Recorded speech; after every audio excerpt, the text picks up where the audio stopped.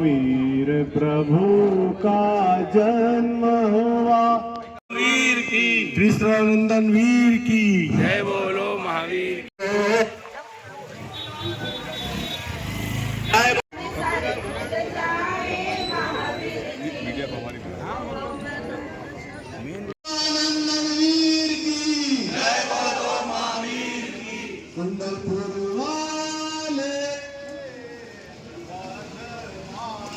कुंदलपुर वाले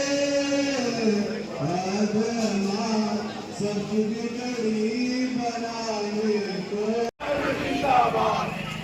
आगे से बोलो, पीछे से बोलो।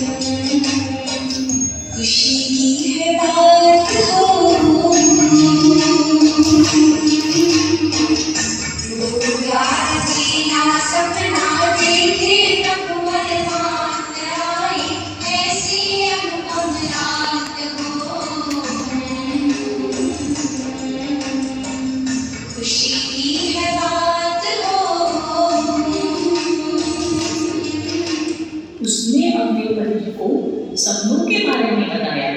मैंने सपने में सफेद हाथी, सफेद बैल, एक सिंह, लक्ष्मी माता, फूलों के हार, चांद, सूरज, एक ध्वज, एक चांदी का कलश, कमल के फूलों से भरा तालाब, दूध का सागर, एक दिव्य रथ, रत्नों का संग्रह और धूम्रमुक्त अग्नि देखी। ये सुनकर राजा चकित हुआ।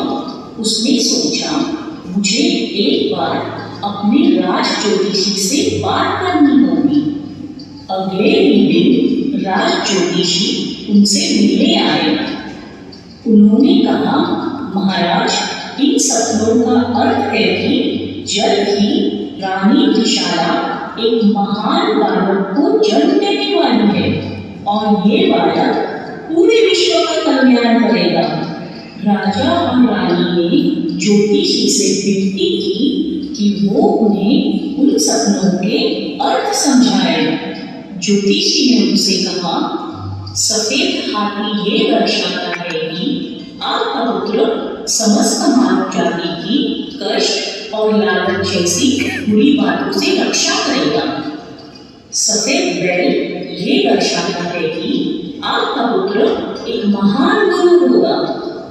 सिंह ये दर्शाता है कि आपका पुत्र बलवान और प्रभावशाली होगा। लक्ष्मी माता ये दर्शाती है कि आपका पुत्र धनवान और सफल होगा। फूलों की मालाएं ये दर्शाती है कि फूलों की सुगंध की तरह आपके पुत्र द्वारा दी हुई शिक्षा चारों ओर फैलेगी। चांद ये दर्शाता है कि आपका पुत्र प्रकृति के अनुसार स्वस्थ होगा। सूरज दर्शाता है कि आपका पुत्र लोगों को अपनी आंतरिक दानों का नाश करने में सहायता करेगा। ध्वज ये दर्शाता है कि आपका पुत्र प्रभावशाली मार्गदर्शक होगा। चांदी का कलश ये दर्शाता है कि आपके पुत्र का हृदय पवित्र होगा। कमल के फूलों से भरा तालाब ये दर्शाता है कि आपका पुत्र जन्म और मृत्यु के घटना चक्र में फंसे लोगों को मुक्त करेगा। दूध का सागर यानी क्षीर सागर ये दर्शाता है कि आपका पुत्र विश्व को मुक्ति का मार्ग दिखलाएगा। दिव्य रथ दर्शाता है कि स्वयं ईश्वर भी आपके बेटे द्वारा प्रचारित शिक्षा का आदर करेंगे। रत्नों का संग्रह दर्शाता है कि आपका पुत्र असीम बुद्धिमानी होगा, यानी कि कभी ना खत्म होने वाली बुद्धिमत्ता। धूम्रमुक्त अग्नि दर्शाती है कि आपके पुत्र की बुद्धिमत्ता लोगों की मदद करेगी। राज ज्योतिषी की भविष्यवाणी सुनकर राजा और रानी अत्यंत आनंदित हुए। कुछ दिनों बाद रानी विशाला गर्भवती हुई। नगर की सीमा के बाहर एक ब्राह्मण दंपति रहती थी। ब्राह्मण की पत्नी भी गर्भवती थी। भगवान महावीर ब्राह्मण स्त्री के गर्भ से जन्म लेने वाले थे, पर इंद्रदेव इस बात से सहमत नहीं थे। उन्होंने सोचा कि आखिरी तीर्थंकर को क्षत्रिय कुल में ही जन्म लेना होगा। इंद्रदेव ने ब्राह्मण स्त्री और रानी विशाला के गर्भ का फेरबदल किया ताकि आखिरी तीर्थंकर का जन्म क्षत्रिय कुल में हो। 9 महीने और 14 दिनों बाद चैत्र महीने में रानी विशाला ने एक सुंदर बालक को जन्म दिया।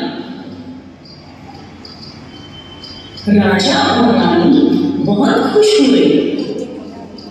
उन्होंने बेटे का नाम रखा वर्धमान। सारे राज्य में राजकुमार वर्धमान के जन्म का उत्सव मनाया।